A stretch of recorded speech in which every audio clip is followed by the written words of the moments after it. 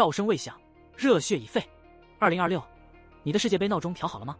先别急着划走，这个话题背后藏着世界杯最容易被忽略的一面。如果你问我，世界杯到底有什么魔力？我想答案不在赛前预测里，也不在一堆复杂数据里，而在那个哨声响起后，全世界突然同时抬头的瞬间。哨声未响，热血已沸。2026，你的世界杯闹钟调好了吗？放进2026年美加墨世界杯的背景里，它就不只是一个醒目的标题，而是一股可以被听众立刻感受到的情绪。它会把宏大的赛程拉回到个人的心跳，把远方的球场拉到眼前的生活里。所以，别把世界杯只当成体育赛事，它更像4年一次的情绪闹钟，提醒你原来自己还会激动，还会相信，还会为了一件和现实利益无关的事投入全部心跳。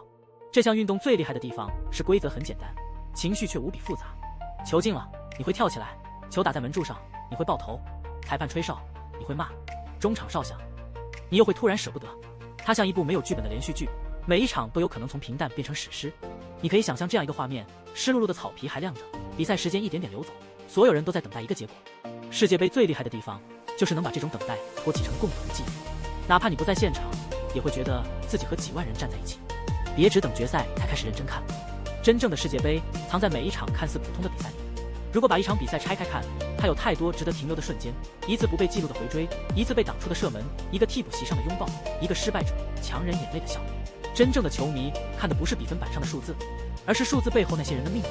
更重要的是，世界杯给人的不是单一情绪，而是一整套情绪。你会兴奋，会焦虑，会失望，会被陌生人感动，也会在某个深夜突然想起自己的青春。它把我们从日常里拽出来，让我们暂时不再只是上班、下班、应付生活的人，而是一个愿意为远方奔跑的人喝彩的观众。